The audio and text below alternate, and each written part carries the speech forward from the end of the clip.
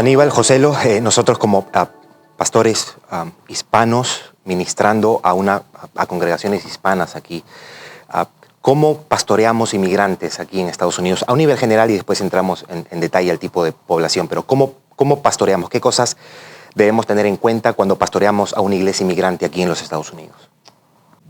Yo creo que es importante saber que tenemos, en cierta forma, dos mensajes, porque tenemos dos audiencias.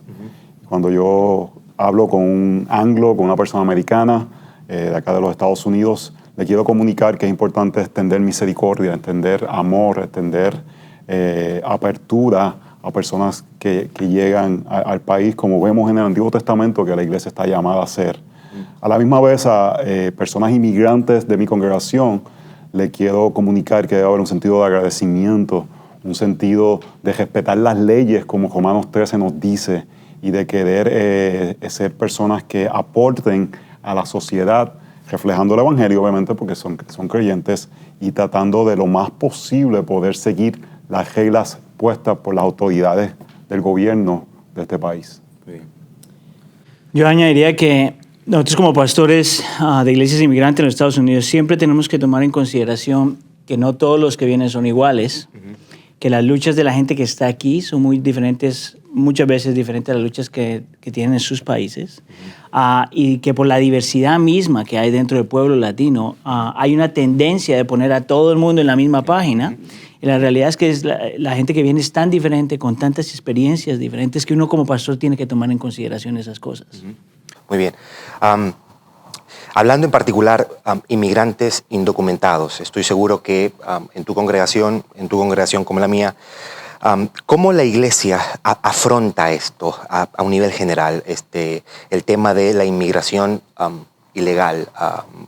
¿Qué le decimos a la congregación tomando en cuenta que nuestras congregaciones están compuestas por personas que tienen sus documentos y personas que no tienen sus documentos? Todas estas cosas, ¿qué deberíamos enseñar? ¿Cuáles son las cosas que deberíamos tener en perspectiva? Número uno, yo como pastor no estoy en la tarea de averiguar quién tiene y quién no tiene. Okay. Las personas están abiertas a participar en la iglesia. Lo que sí quiero pastorear individualmente a personas y ayudarles, y personas que quizás sale a la luz que están indocumentadas, quiero dejarles saber que les amamos, que son parte de nuestra congregación, que pueden ser parte productiva de nuestra congregación. A la misma vez quiero pastorearles, dejarles saber, quizás tienen que ver si esto es lo que Dios les está llamando a un largo plazo. Okay. Si quizás Dios los está llamando a regresar a su país, que consideren estas diferentes alternativas y que traten de poder resolver la situación migratoria, que también traten de seguir las reglas y leyes. Y en el estado que están no se permite sacar licencia que tomen transportación pública, y que traten de lo más posible de someterse a las reglas gubernamentales, sabiendo que ha sido un proceso migratorio muchas veces injusto o con áreas que son grises, donde le dicen quizás no vengan, pero si vienen, paguen taxes claro. y es un doble discurso, ¿no? Y entonces en ese sentido no es tan claro, pero a la misma vez queremos pastorearle y permitirle que el Evangelio informe su conciencia y que de ahí sus conciencias ellos tomen decisiones basadas en eso. Hoy estamos enfrentando una situación, esta nueva administración, digamos, con estas nuevas políticas o amenazando con nuevas políticas. ¿Qué le decimos a la congregación que de alguna manera está siendo directamente afectada con esto? Sí, para mí, tres cosas que se me vienen a la mente. Número uno es ayudar a nuestra gente a entender, por decirlo de alguna forma, que aunque esta administración no esté a favor de ellos, el Señor sí, por lo mismo que estabas diciendo tú. Dios es un Dios que ha recibido al inmigrante. Dios es un Dios que nos pide a nosotros que recibamos a aquellos que no son como nosotros, por decirlo de alguna forma, ¿verdad? Y eso es muy importante para nuestras congregaciones entenderlo por la cuestión de dignidad, ¿verdad?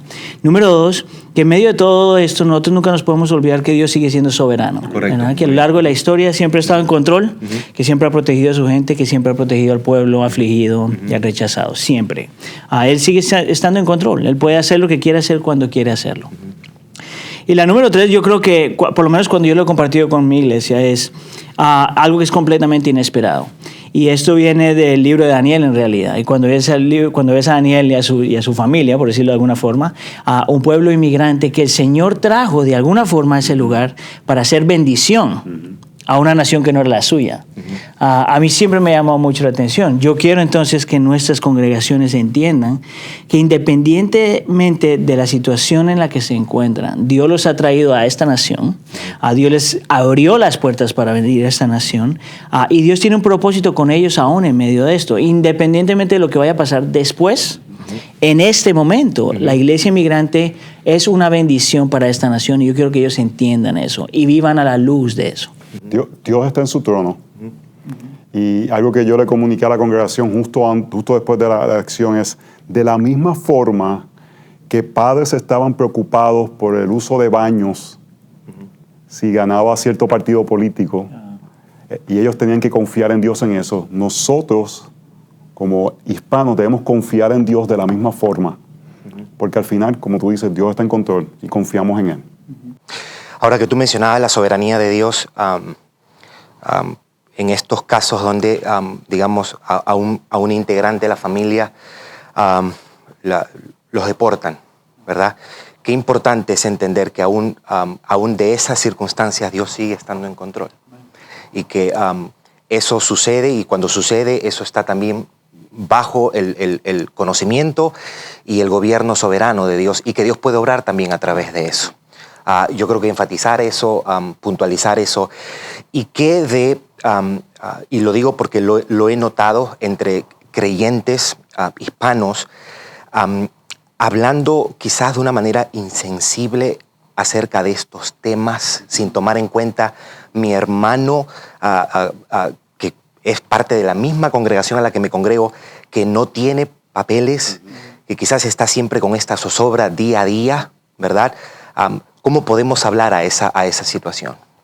Siempre con misericordia, con compasión, con gracia, y siempre teniendo en cuenta la imagen de Dios en cada uno de nosotros. Y eso debe reflejar dignidad en la forma que nos comunicamos. Sí. Yo diría educar a la gente, educar a nuestras iglesias. Yo he visto también lo mismo. Hay una actitud hasta cierto punto en un grupo de personas, aún inmigrantes, pero en diferente situación, a cierto punto rechazo, ¿verdad? Interesante que cuando tú miras la Biblia, aun cuando miramos Romanos 13, empezamos en Romanos 13 como nuestro punto de partida, pero ignoramos Génesis 1 hasta Romanos 13, que es importante ver cuál es la actitud del Señor frente a este pueblo, de un pueblo inmigrante a lo largo de la Escritura, incluyéndonos a nosotros antes de venir a Cristo, antes de que Él nos trajera a Él. Ya cuando llegamos a Romanos 13, ya tenemos una perspectiva diferente a cuál es la actitud del Señor frente a gente así, que debe ser lo que nosotros reflejamos como iglesias. Muy bien. Un caso práctico. Viene alguien a nuestras congregaciones y traslada la pregunta y dice, no tengo documentos, estoy aquí tanto tiempo, me debo regresar a mi país. ¿Qué debería hacer un pastor? ¿Cómo debería aconsejar un pastor en ese caso? Mira, yo he tenido esa experiencia y ahí es donde se requiere al Espíritu Santo y la sabiduría de Dios, discernimiento. En realidad esa pregunta es difícil de contestar. Así es. Cada situación es diferente. Yo he tenido casos en mi congregación donde alguien me dice, me tengo que volver, sabiendo que, por ejemplo, la condición donde van es peor que en la que se encuentran. Estoy hablando de no poder proveer alimento para su familia. Por lo tanto, se requiere mucha sabiduría antes de responder rápidamente. Mucha y decir, sensibilidad, ¿verdad? Exacto. Muy bien. Sí, yo veo eso como un aspecto de conciencia, y yo creo que uno debe presentar sabiduría a las diferentes opciones, pero al final una decisión que ese creyente debe tomar, como dice Romanos 14, que en fe la toma, porque si tomamos una decisión que no está en fe, es pecado. Entonces tiene que ser su conciencia informada por la palabra de Dios. Así que le presentamos la palabra de Dios para que Él tome decisiones con su conciencia informada por eso. Claro, nuestra labor sigue siendo la misma: instruir, educar, enseñar a la congregación. Muy bien.